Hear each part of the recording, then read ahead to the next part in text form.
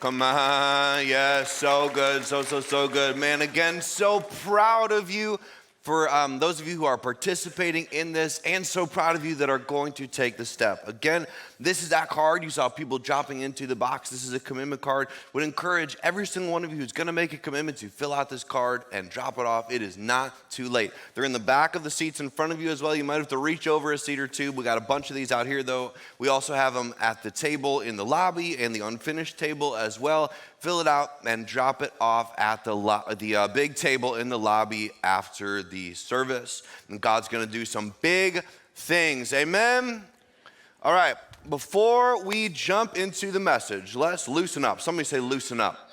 Let me see you all do a shoulder roll. Yeah, roll those shoulders out. Okay, before we jump in, stand up on your feet, give some high fives, and tell everybody you talk to, you look good today, and we'll jump in.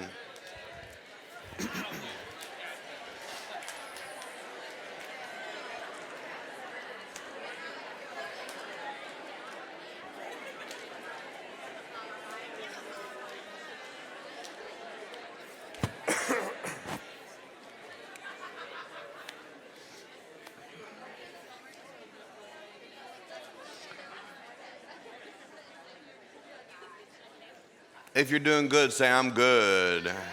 If you're feeling ready, say, I'm feeling ready.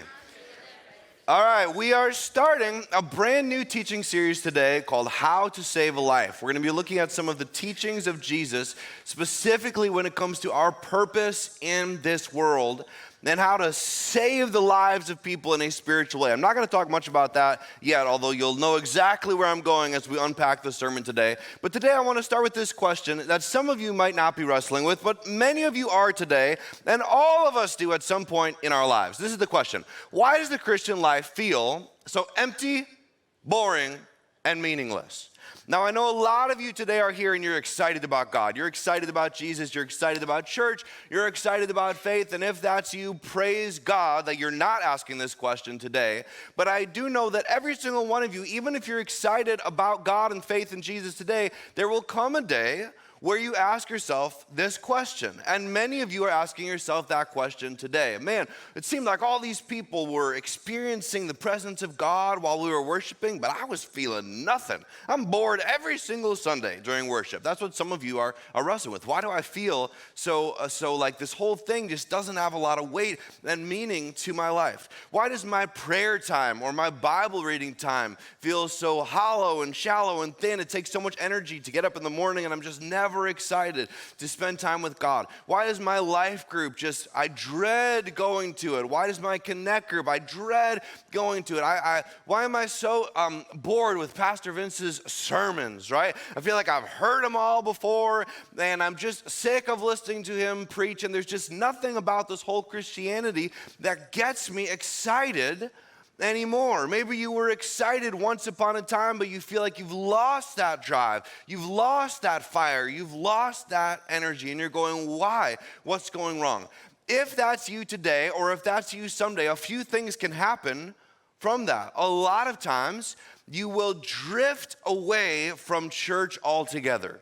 You'll say, I'm just not getting anything out of it anymore. I hear this all the time. I quit going to church because I'm just not getting anything out of it. Sometimes you don't drift away from church altogether, but you'll drift from church to church, right? You try to find a newer, more exciting, more hip, more cool church to go to, hoping that it will re-spark or reignite your faith. But sometimes you drift away from church altogether, but still believe in Jesus. But then oftentimes, as you drift away from church after a long enough time period of being out of church, you will also drift away from God altogether. Why does this happen to us? What we're going to talk about today, I believe, is the biggest thing that keeps faith alive. What we're going to talk about today, I believe, is the biggest thing that keeps the fire inside you or brings the fire back.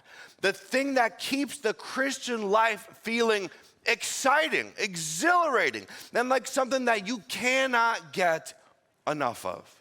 So we're going to talk about it today. And some of you might know where I'm going. Some of you might have no clue where I'm going. But everything you're going to hear today, I want you to wrestle with it. And if it bugs you, if it offends you, if you're like, I'm not sure if I agree with it, I want you to ask yourself, is what I'm saying to you what the Word of God is saying in the passage we're going to look at? Because if it is what the text is saying, and by the way, the words we're going to look at today are right from the mouth of Jesus. If it's what Jesus is saying, then you got to wrestle with him. You got to take it to the mat with him. You got to go head to head with him if this is what he's saying. And I believe this is what he's saying. So we're going to go to Matthew 5, verse 13. We're going to start there. This is part of a sermon that Jesus preached called the Sermon on the Mount. Some of you have heard that before. Raise your hand if you've heard of the Sermon on the Mount before. All you Bible scholars, not everybody raised their hand. So if you didn't raise your hand, you are not alone. Some of you have never heard of it before. That's okay. This was one of Jesus' first sort of big sermons. It's several chapters long in the book of Matthew. We're not going to look at the whole thing. We're just going to look at one piece of it. And Jesus preached this sermon at the very least, to his inner circle of 12 followers. It says that a large crowd gathered, but then Jesus went up on a mountainside and his disciples followed him. Now, some people think the large crowd also followed him and Jesus preached to everybody. Some people think more, no, Jesus went up on the mountainside to escape the crowd and he just preached this to his disciples. So we're not exactly sure who this is being addressed to, but at the very least, it's being addressed to his disciples. And I want you to know that at this point, in the story of Jesus, his inner circle of 12, they were not rock stars. They did not have their act together yet. They had just started following Jesus. This is during the time where they were still saying things to Jesus like, we don't want you to die on a cross. We don't want you to have to suffer. We don't want to suffer. They're arguing with each other about who's the greatest of all of Jesus' followers. They're not super mature Christians at this point. They're little itty bitty baby Christians, if that. Some of them may not even be saved yet. Watch what Jesus says to him. He begins by saying the most empowering, encouraging thing maybe you could imagine. Here's what he says. He says, you are the salt of the what? Now, some of you, if you've heard this phrase before, you're like, that doesn't actually sound that encouraging or inspiring. Like I've heard people say, oh yeah, he's the salt of the earth, or those people, they're the salt of the earth. That phrase is actually stolen from Jesus, but the meaning has been twisted over time. Nowadays, if you say that person's the salt of the earth, essentially what you mean is they're just a good and honest and nice person. Or that group of people, they're good, honest, nice people. They're the salt of the earth. They're hardworking. Oftentimes you might associate it with like small town, right? We're sort of a church in a small town. They're the salt of the earth. We are the salt of the earth. But that's not what Jesus is saying here. When he says you're the salt of the earth, he's saying you bring unbelievable value to the world in ways that nothing else can. At the time, salt was used for everything. Everybody needed salt in their daily lives. Salt was used to preserve meat. This is before there were refrigerators and freezers, so if you had meat and you wanted it to last for more than a day, you covered it in salt, and that salt preserved the meat, kind of like beef jerky, right? So salt was used for that. So salt was also used for medicinal purposes. Anyone, when you were a kid, did your mom make you gargle with salt water? Was I the only one for that? Some of you, your mom made you gargle with salt water. I don't know if there's any science behind this, but if you got a sore throat, you would get a glass of warm water, pour salt in it, and then swish it around in your mouth and then spit it out, and that was supposed to fix the sore throat. I don't know how well, that really works in real life, but at the time, salt was one of the main things they used in medicine. Salt was also part of the ceremonial processes in the temple. Salt was used in religious worship. Salt was used also just to make things taste better. A lot of times when preachers preach this, we'll be like, oh, Jesus was talking about this specific use of salt. I don't think he was talking about a specific one. I think he was just saying to his disciples, hey, think about salt. Remember, this phrase has never been used before. Think about salt. It is so incredibly useful. It's so incredibly important. People use it all the time in the world, and he says, you are like that for the whole world. You bring value to the world. You can make a difference in the world. You have a calling that I'm giving you to do things in the world that matter. Well, right after he says this, before he even explains what that means or what that calling is, he follows the encouragement right up with a warning. Somebody say there's a warning. He says, but if the salt loses its saltiness, how can it be made salty again? Now, technically, salt, the chemical compound, doesn't naturally change. I don't know if Jesus is saying this actually happened or if this is a hypothetical, but Jesus is essentially saying, if salt loses its saltiness, if it can't preserve meat, if it can't make food taste better, if it can't be used in the temple, if it can't have medicinal purposes, if it can't have those things, how can it be made salty again? And it is no longer good for what? Anything except to be thrown out and trampled underfoot. So again, we don't even know what this saltiness thing is yet, but Jesus says, you are the salt of the earth, but if you quit being salty, if you are no longer able to be used for whatever this thing is, the purpose of your life disappears. Not your value as a human. God still loves you even if you're not salty. And by the way, salty also doesn't mean angry. That's sort of a Gen Z thing, or I'm salty. It means I'm angry. That's not what Jesus is talking about either. He's saying if you lose the impact you're meant to make, the value of your life is nothing. You might as well go just be thrown out on the street and be trampled underfoot because you've lost the very thing you're here for. Well, what is he talking about? He leaves us in suspense even longer. He goes on. He says, you are the light of the world, another positive encouragement. Remember, we're so used to lights being at the tip of our fingers now. You want a light, you flip a switch. You want to light up a stage, we got these lights up here. We got moving lights during worship. You jump in the car, you got a headlight you can just turn on. There's street lights everywhere. We're so used to light being this, everyday thing that nobody has to think about getting. But at the time, there was no electricity. There were no light bulbs. There was none of that. Light was a precious commodity. You would be very careful how much you used your lantern to save the resources associated with it. A light was an incredible thing that allowed you to move about that night or be able to see at night. And he says, remember, talking to those 12 people at least who are little itty bitty baby Christians, who are not mature Christians, he says, you are the light of the world. What does he mean? Well, he doesn't explain it yet, but this is incredibly empowering language. But then immediately follows up with another warning. Say there's another warning. There's another warning. He says, a town built on a hill cannot be hidden, and neither do people light a lamp and put it under a bowl. He says, though you are filled with light, why would you ever put that light under a bowl? Instead, they put it on a stand, and it gives light to everyone in the house. Do you see the word pictures Jesus is making? You are the salt of the earth. But if you don't fulfill that role as the salt of the earth, man, might as well be thrown out into the street and trampled underfoot. You are the light of the world. You have incredible value to the world, but if you don't say yes to that value, you've got as much value, as much purpose as a lamp where all the light is hidden under a bowl. So the stakes are high. The stakes are very high here in what Jesus is saying. On the positive side, you can be the salt of the earth. You can be the light of the world. On the negative side, you can be as worthless as salt under the hooves of donkeys or as a light under a bowl. What is he talking about? Here's what he's saying. He says, in the same way as that salt and light thing, let your light shine before others, that they may see your, what are those two words? Good deeds, and what's this word? Glorify your Father in heaven. Jesus says the difference between being the salt of the earth or salt trampled underfoot, the difference between being the light of the world or light hidden under a bowl is whether or not your life is causing other people to glorify God. Whether or not your life is causing other people to worship God. Whether you have accepted the purpose of heaven to get people connected to God.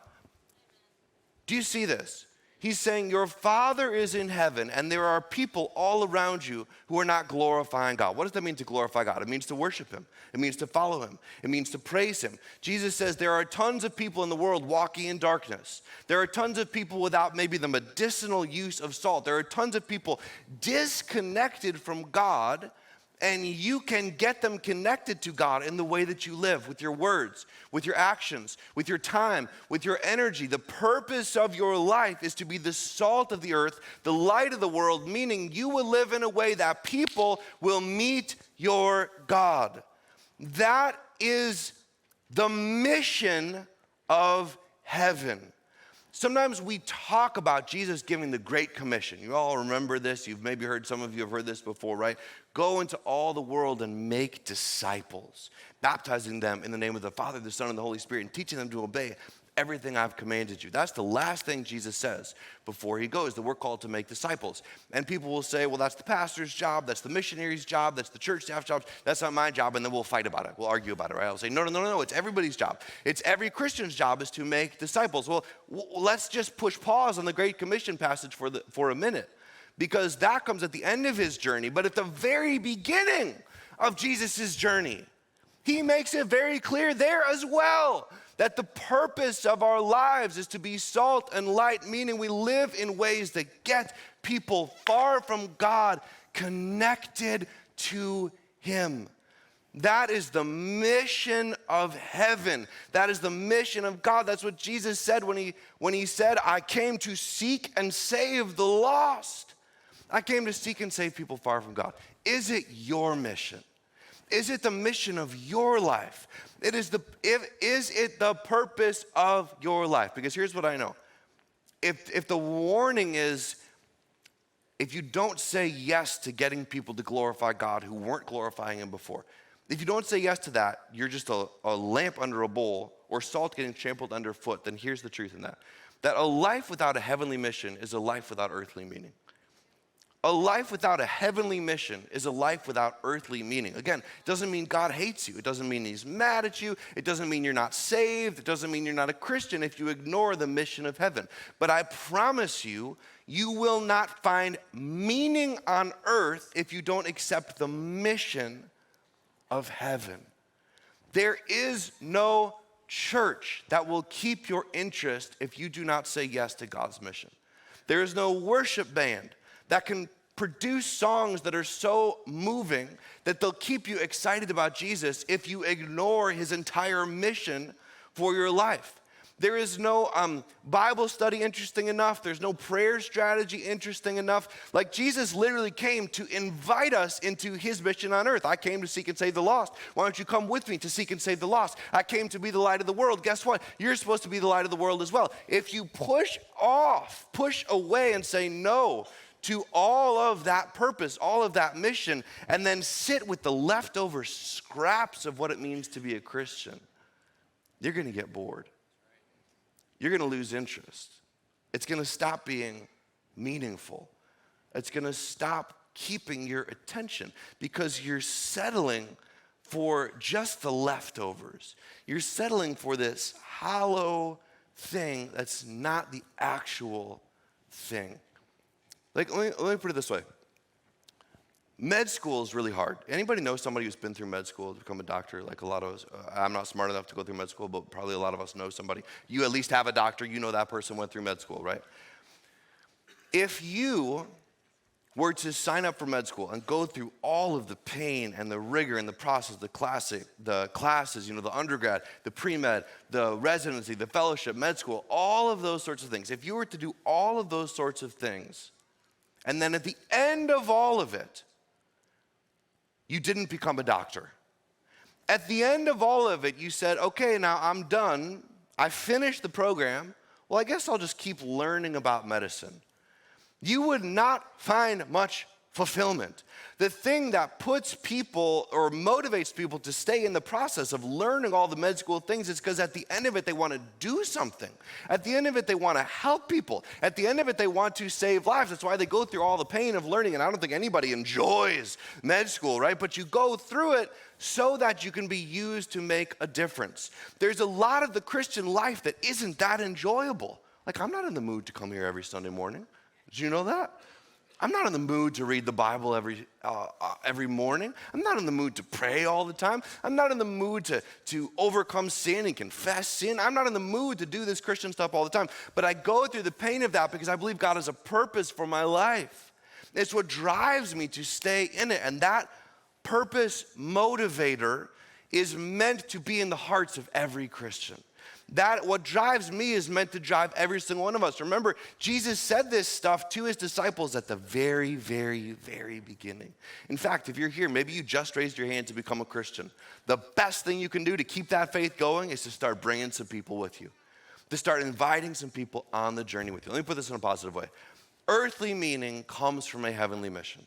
Earthly meaning comes from a heavenly mission. You will find meaning in this world when you start to accept that the mission of Jesus is your mission as well, and God can use you to get people far from God, who give God no praise, who give God no glory, you can be used by God to give people that glory.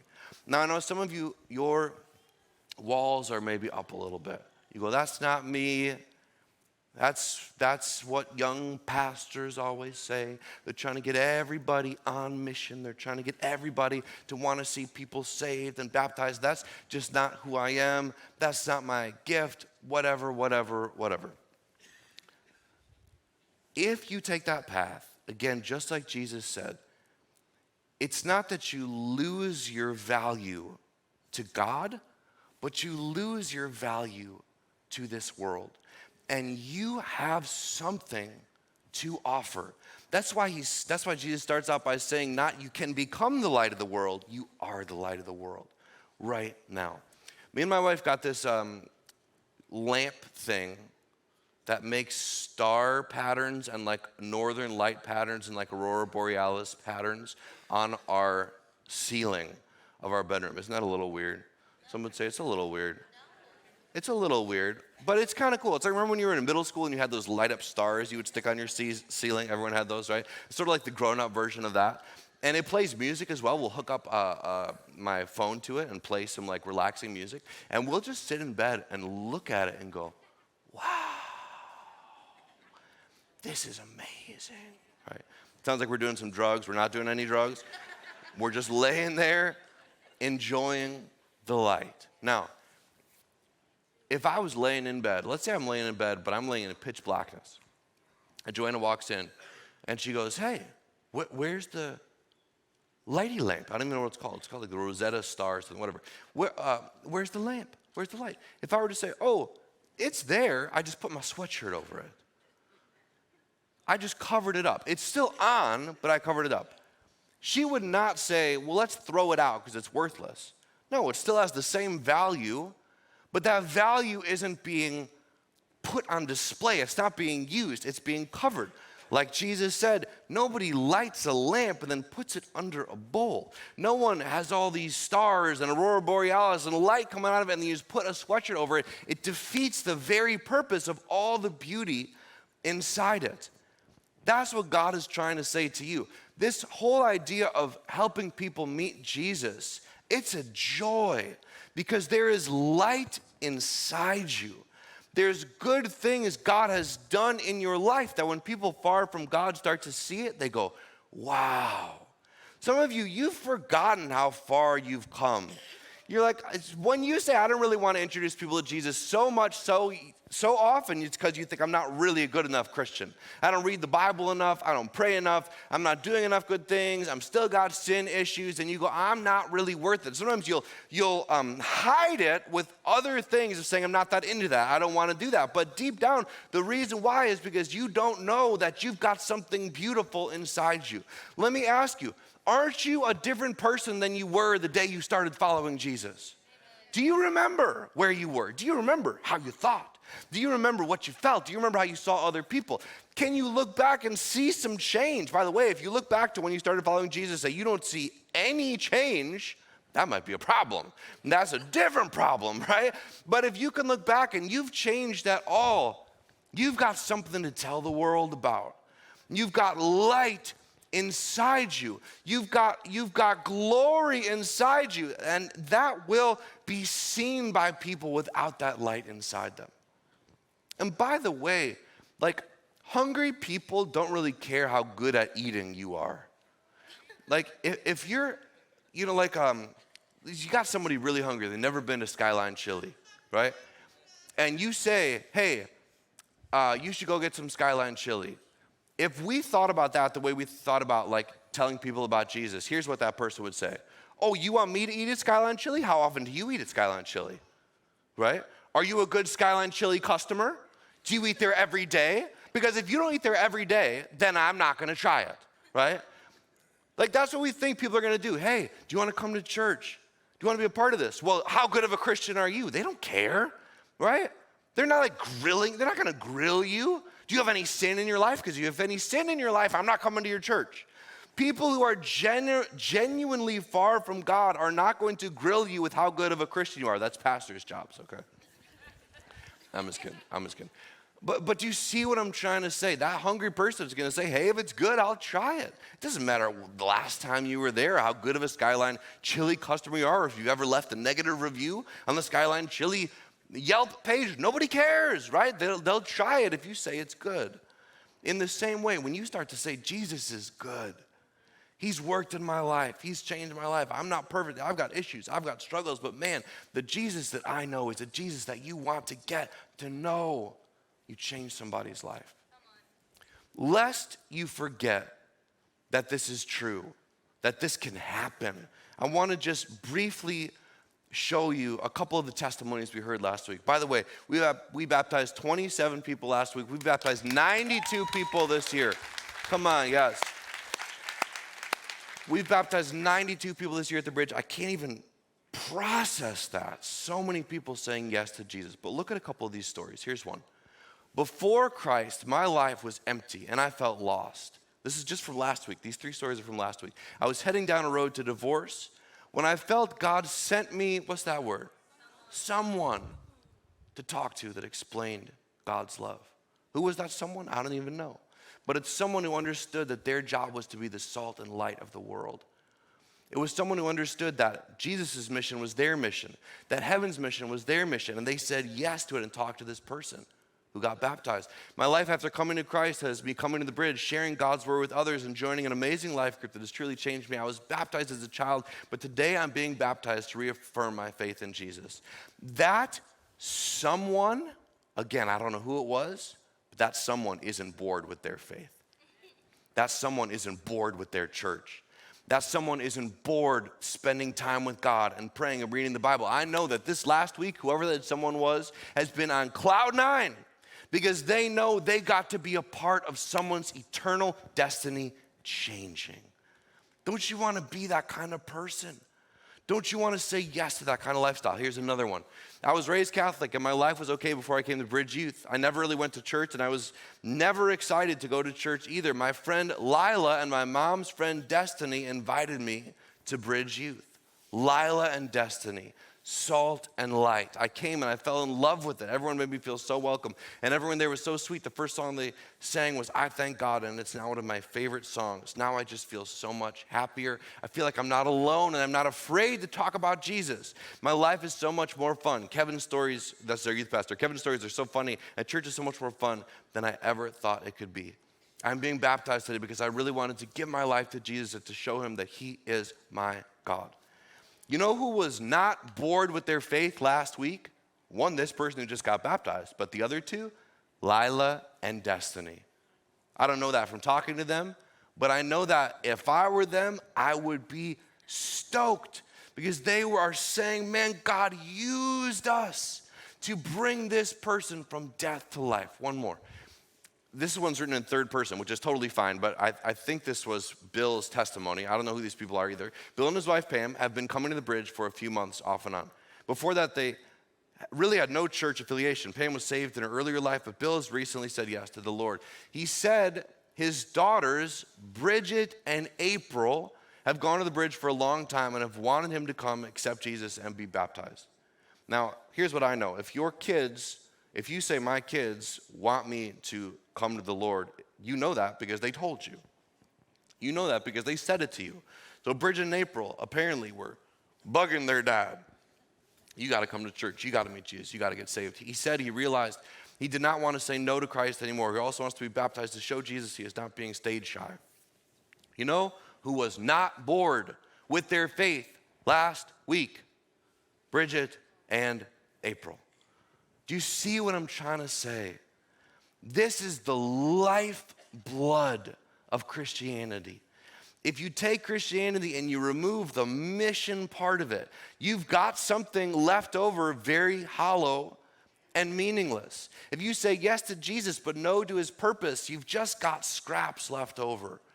And there's some good scraps.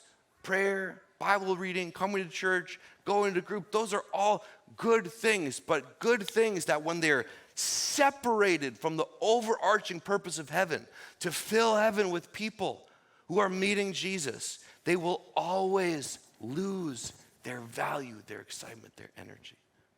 Give me a head nod if you're tracking with this. So I want to end. We're going to do something we've never done at the bridge before.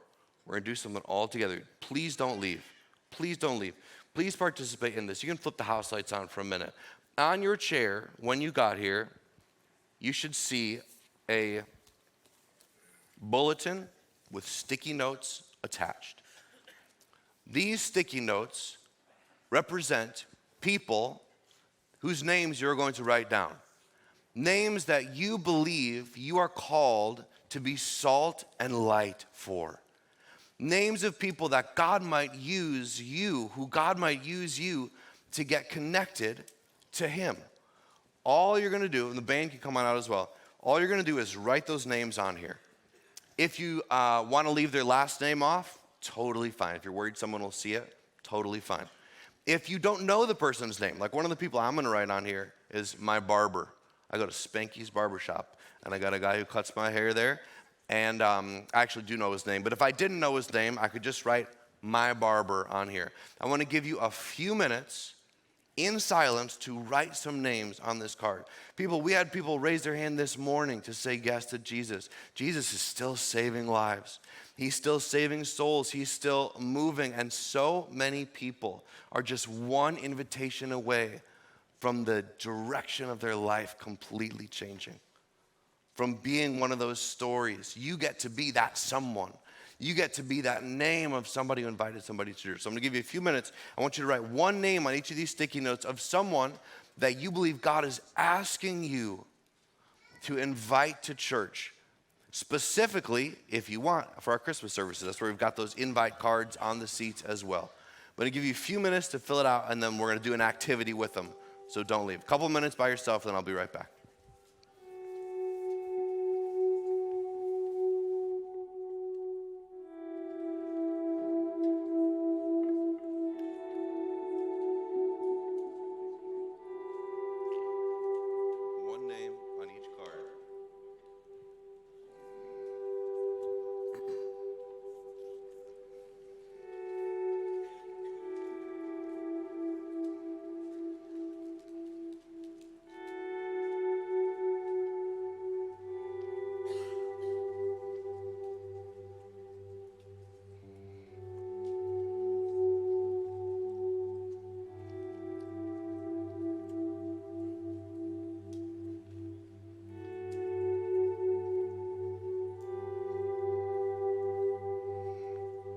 I see y'all writing and I love it. Keep on going. Keep on going.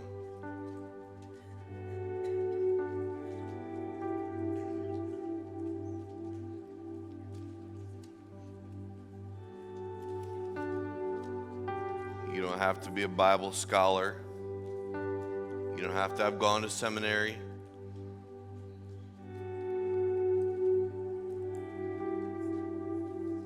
You don't have to be perfect.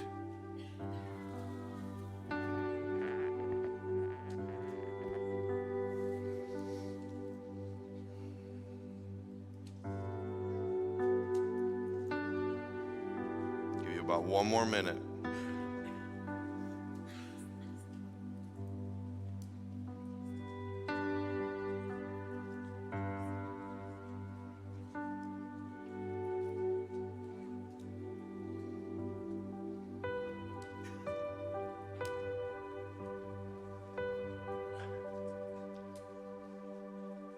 If you got it filled out, would you wave it up in the air like you just don't care? Come on, love that. Look around the room. Look at all those waves. Love that. All right, you can put it down. We're gonna, in just a minute, we're gonna sing one more song called Joy in the House of the Lord.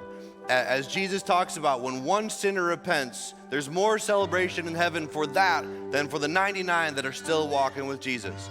So we are gonna use these sticky notes as an act of faith that there is gonna be joy in heaven as a result of a few of, some of, maybe a lot of those names coming into a relationship with Jesus for the first time. So in just a minute, I'm gonna ask you to stand up, not yet, but in just a minute, I'm gonna ask you to stand up, and I want you to stick those sticky notes anywhere in this room on the walls. We're gonna fill this room with sticky notes. And guess what? We're going to leave them up this week, and we're going to do the same thing with the people who show up next week. Remember, not everybody comes every Sunday. So we're going to fill this room with thousands and thousands of names of people that we're committing to invite. Now, some of you might be, again, if there's 5 per person, we got a few hundred people in here. We're going to have a lot of names over the next few weeks. Some of you might be freaked out by that. Like, well, if all these people show up, we're not going to have the space for them. If that happens, we will go straight to 3 services. No problem. No problem. It's a good problem to have. So in just a second, I want you to stand up, go spread around the room, stick them on the walls, and then we will sing one more song, Joy in the House of the Lord. Ready, set, go.